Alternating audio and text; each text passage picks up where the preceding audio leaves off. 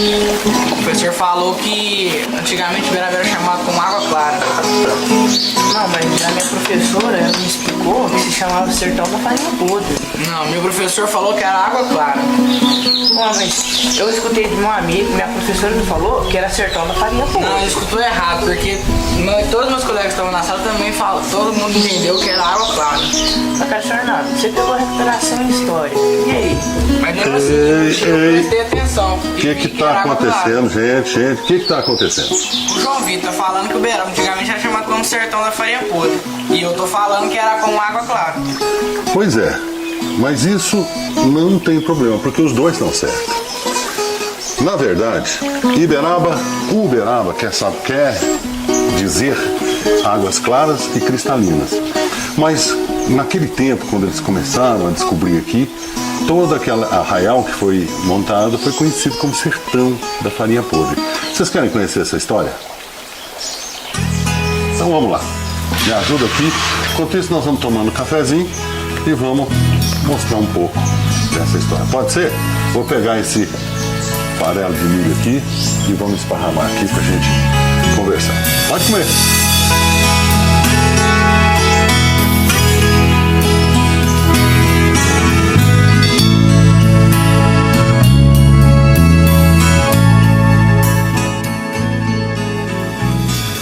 Aqui nós temos o Rio Paranaíba, que vocês conhecem. Aqui nós temos o Rio Grande, com o seu dentinho, que vocês também conhecem. E que eles vão desembocar aqui no Rio Paraná. Para isso, a gente vai ter que voltar e contar a nossa história desde 1700, no século XVIII.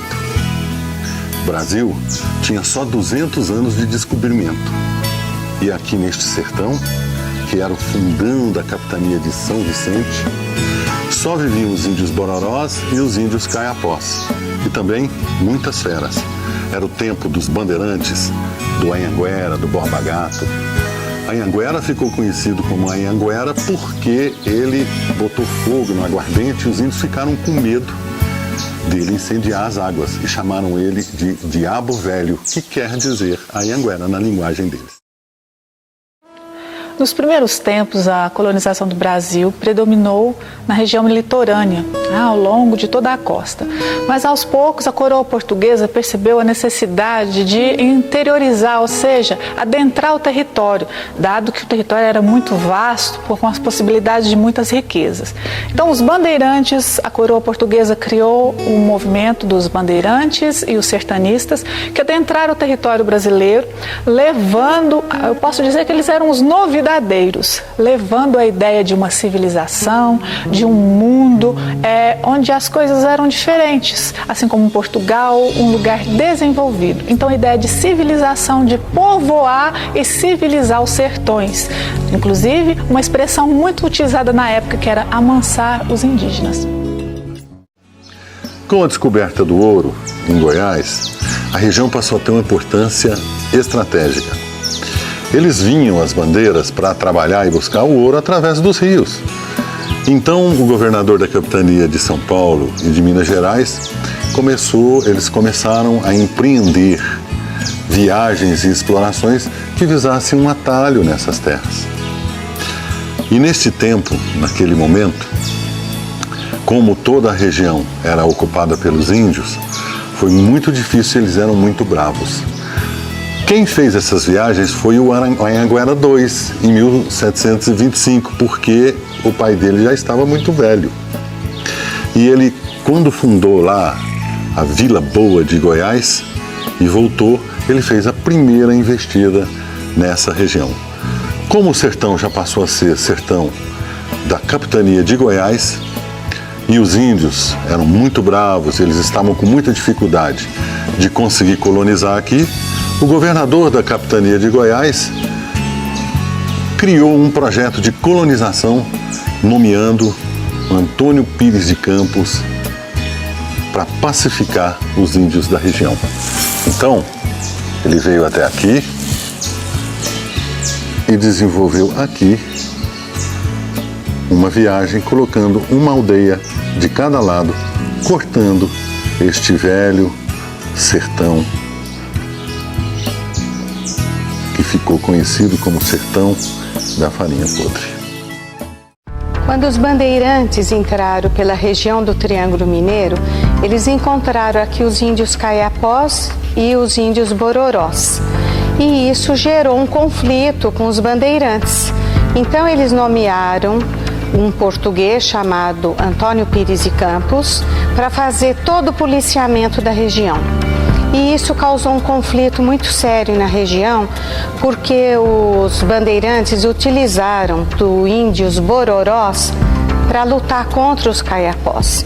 E isso provocou um extermínio completo na região das populações indígenas, visto que em 1820 havia só 8.000 índios na região. Em 1870, conforme documentos da ata da Câmara Municipal, não havia mais índios aqui.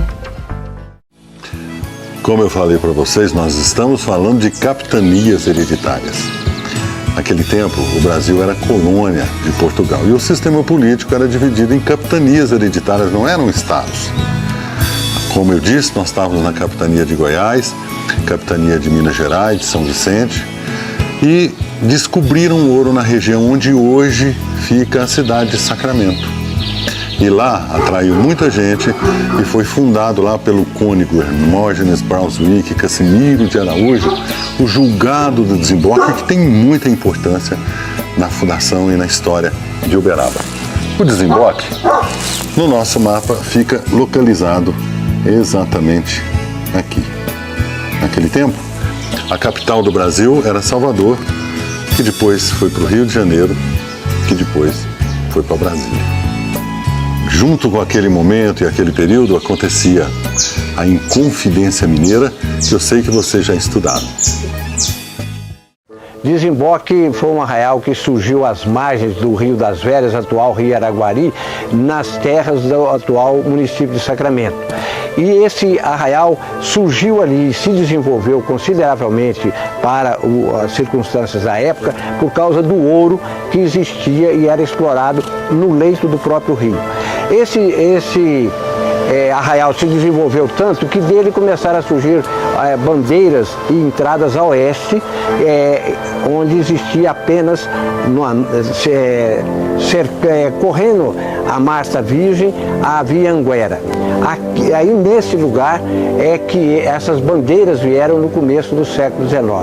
E daqui que surgiram as cidades de Uberaba, Sacramento, Conquista.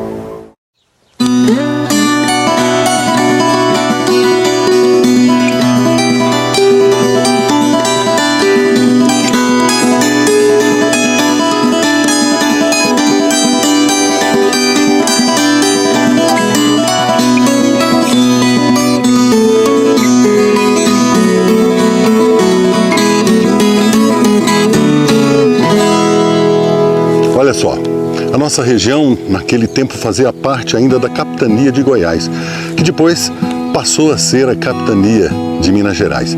Ficou com Goiás até 1816. Bem, como o governador de Goiás queria povoar a região e tomar a posse das terras, ele já tinha promovido a pacificação. Ele começou a distribuir as famosas sesmarias, que nós já conversamos sobre isso. Essas sesmarias têm uma grande importância para a nossa história. Teve importância o papel de José Francisco de Azevedo na ocupação do Triângulo Mineiro, especialmente no século XIX, em 1806, o antigo sertão da farinha podre. Isso através da fundação do Arraial da Capelinha, que foi criado em torno do córrego do Lajeado. José Francisco de Azevedo era um medidor de terras, e sesmarias, como se chamava na época, que eram grandes extensões de terras que eram distribuídas desde o período colonial. E ao entorno dele, vários outros transmigrados acabaram se estabelecendo nesta localidade. Em 1809, o sargento-mor Antônio Eustáquio da Silva Oliveira, conhecido como Major Eustáquio, é nomeado pelo governo de Goiás a se estabelecer nessas regiões como disciplinador de índios e como aquele que iria estabelecer a ordem e os processos de ocupação efetivas da terra. ele funda uma fazenda, né, as suas terras, onde hoje é a Fazenda Experimental Getúlio Vargas, e devido a esse fator, Uberaba estava prestes a ser fundada. Como aconteceu em todo o Brasil, o processo de ocupação das terras foram através de sesmarias. E em Uberaba não foi diferente. Nós temos aqui próximo de Santa Rosa, sesmaria que foram doadas para Francisco de Azevedo. Temos também documentos de doação de terras, que é a sesmaria do Tristão de Castro doando para a igreja, na parte central de Uberaba hoje, onde está a Praça Rui Barbosa. E temos também o Antônio Eloy Cassimiro de Araújo, que é o Barão da Ponte Alta, que herdou as sesmarias de Santo Inácio, Bebedouro e Ponte Alta.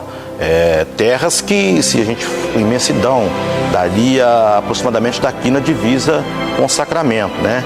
E temos também a presença dos escravos, e onde tem escravos, com certeza você vai ter as formações de quilombos, Tengo-Tengo, Ambrósio. Ainda viviam por aqui os índios e as feras. Nesse tempo o Brasil estava fervendo, Brasil colônia, porque desde 1808, Dom João VI mudou-se para o Brasil com a corte fugindo de Napoleão. Nesse tempo, um homem de 51 anos, chamado Major Antônio Eustáquio de Oliveira e Silva, foi nomeado comandante regente dos índios do sertão da Farinha Podre pelo governador de Goiás, governador da capitania de Goiás, por influência do seu irmão.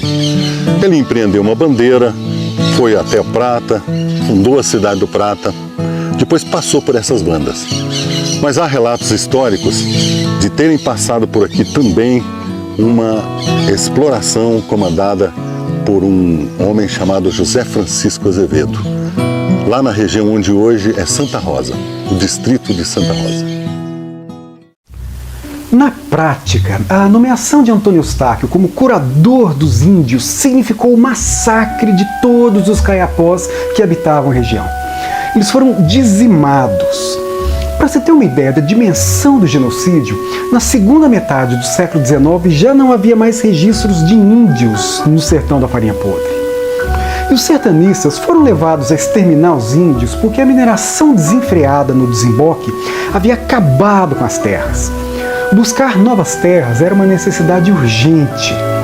E um dos sertanistas que lideravam esses grupos, chamado José Francisco de Azevedo, ele acabou fundando um pequeno núcleo populacional às margens do Ribeirão do Lajeado, e como estavam no sertão da Farinha Podre, o povoado ficou conhecido como Arraial da Farinha Podre.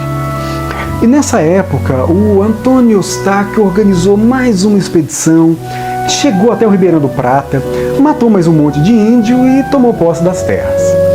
Como esse ambiente ficou seguro, porque também não tinha mais índio, aqueles habitantes do Arraial e uma leva de imigrantes da região central da província de Minas Gerais, os chamados geralistas, eles acabaram ocupando aquelas terras e também construindo as suas casas nas imediações da morada do próprio Antônio Eustáquio. Pode bombar, Carlos Fernando. É a água. É em torno da água que todos os povoados se formavam antigamente. Foi assim que Major Eustáquio de Oliveira chegou na nossa região, encontrou o Córrego das Lajes e ali fixou a sua residência e começou a atrair o povo para formar o arraial da nossa terra. O Major Eustáquio, quando chega em Uberaba, ele já chega com os títulos de curador de índio e regente do sertão da Farinha Podre. Então o major chega com todo o aparato para estar aí fundando uma cidade. Mais tarde, em 1816, a nossa região do Triângulo Mineiro deixou de fazer parte da capitania de Goiás e passou a fazer parte da capitania de Minas Gerais. Uns dizem que isso aconteceu pela influência dos fazendeiros, que já era uma força econômica da região na época. Outros dizem que era por influência da Dona Beija, uma bela mulher que encantou o ouvidor do rei. Em 1816, a região do Triângulo Mineiro passa a pertencer a Minas Gerais. Por que aconteceu isso? Os fazendeiros prósperos da região do Triângulo Mineiro fizeram abaixo-assinado para o rei Dom João VI para que o Triângulo passasse a pertencer a Minas Gerais. E isso aconteceu. Mas tem uma outra explicação que mistura mito com realidade. É o caso da Dona Beija, que ela interferiu na passagem do Triângulo Mineiro para Minas Gerais, porque ela tinha como amante o ouvidor e esse interferiu junto ao governo de Dom João VI. O local escolhido por Major Eustáquio, na beira do Córrego das Lajes, foi definido porque se localizava no val das 7 colinas. Cada colina dessa tinha uma fonte e água não podia faltar. Mas há controvérsias, se eram 7 ou 6 colinas. A partir do momento que o Major Eustáquio ele escolheu um lugar propício para estar se instalando, que Uberaba é formado por colinas, né? Colinas e córregos, vamos dizer assim. Então, uma das escolhas foi essa abundância de água, fauna e flora, vamos dizer, né? Nesse sentido.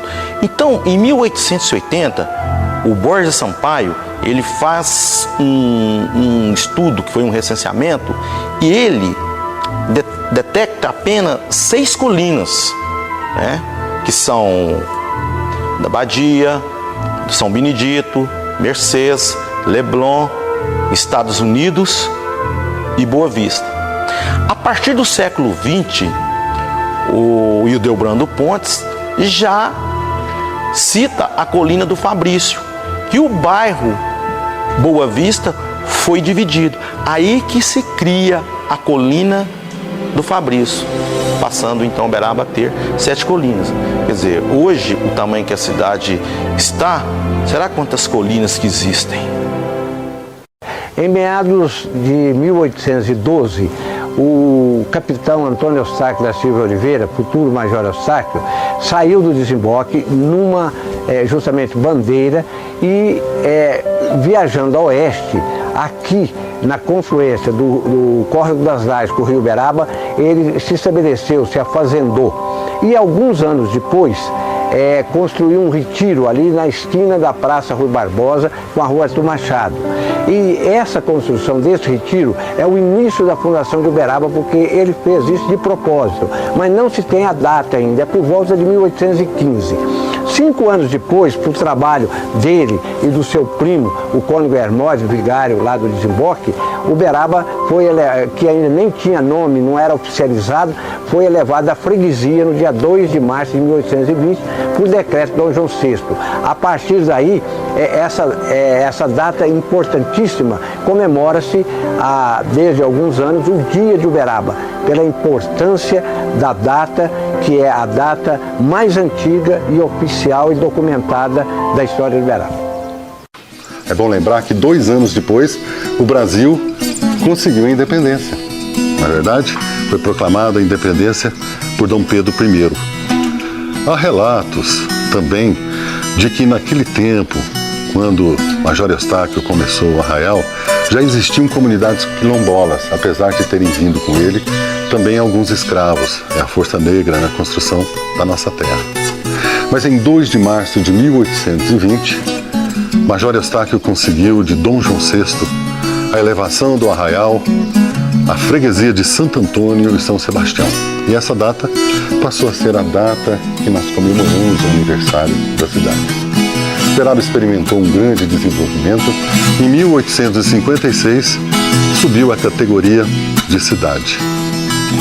Após a abolição da escravatura, a chegada dos imigrantes também representou um grande marco de desenvolvimento para a cidade, para a nossa povoação e também com a chegada do trem de ferro. O final do século XIX foi muito importante para a nossa região. Isso se deu após a abolição da escravatura e a chegada do trem de ferro. A Mogiana trouxe também o telégrafo, barateou os transportes e a própria movimentação de viajantes, estimulou os hotéis, teatros, cafés, restaurantes e acabou provocando algumas melhorias urbanas, como o sistema de calçamento, iluminação pública e algumas outras melhorias para a cidade. Também a gente tem que considerar a introdução do zebu e as primeiras importações desse gado trazidos da Índia, além da chegada dos imigrantes que puderam fundar suas casas comerciais ao entorno da Praça Rui Barbosa, na atual Rua Arthur Machado, a antiga Rua do Comércio, e trazer consigo novos hábitos, novos costumes e atividades econômicas. Nesse mesmo tempo, nós temos também a chegada de ordens religiosas e fundação de escolas e do Instituto Zootécnico, que foi o primeiro instituto superior de educação superior na região do Triângulo Mineiro. Uberaba já era reconhecida como uma importante cidade no interior do Brasil. Conhecida anteriormente como Sertão da Farinha Podre, Uberaba era a princesinha do sertão. A partir de 1910, a saga do Zebu e a ação empreendedora de seus habitantes garantiram grandes riquezas para a região. Por conta da qualidade das terras, todo mundo queria ter uma sesmaria na região. E naquele tempo, no meio do sertão inabitado, as terras eram simplesmente doadas ou vendidas por um preço irrisório para homens de prestígio, naturalmente, que tinham amizade com as autoridades. Borges Sampaio conta que terras a perder de vista foram compradas a troco de um casal de leitões, por exemplo. Principalmente a partir do comecinho do século XX, quando os pecuaristas trouxeram o zebu da Índia. Isso fez com que alguns poucos patriarcas de prestígio se tornassem proprietários de fazendas gigantescas. E isso deu início ao domínio da cidade por algumas poucas famílias que fizeram fortunas com essas terras, principalmente com a pecuária, que foi a primeira atividade econômica relevante na cidade, ainda que concentrasse a renda nas mãos de uma parcela muito pequena. Mas, por causa da necessidade de estimular o comércio de gado, os fazendeiros começaram a se preocupar com a criação de vias de acesso à região, primeiro pelas estradas e também pelos rios. E muitos mercadores passaram a frequentar a cidade, e isso estimulou o intercâmbio entre o interior paulista, Goiás e Mato Grosso. E finalmente, com a vinda da Mogiana em 1889, Uberaba alcançou seu auge urbano e comercial. Bem, gente, essa é uma pitadinha da nossa história, a história da nossa terra. Terra que tem jabuticaba, que tem mangas sabinas nos quintais, terra que tem fruta do conde, terra de gente guerreira e de gente faceira de bom coração. Minha terra tem jabuticaba, tem mangas sabinas nos quintais, tem fruta do conde onde a lembrança é feita esperança em Minas Gerais. Terra de gente guerreira, de gente faceira, de bom coração. Minha terra tem 7 colinas, terra de lindas meninas, de cerrado e chapadão. Minha terra tem jabuticaba, minha terra é Uberaba, princesinha do sertão. Minha terra tem jabuticaba, tem mangas sabinas nos quintais, tem fruta do conde onde a lembrança é feita esperança em Minas Gerais. Terra de gente guerreira, de gente faceira, de bom coração. Minha terra tem 7 colinas, terra de lindas meninas, de cerrado e chapadão. Minha terra tem jabuticaba, minha terra é Uberaba, princesinha do sertão.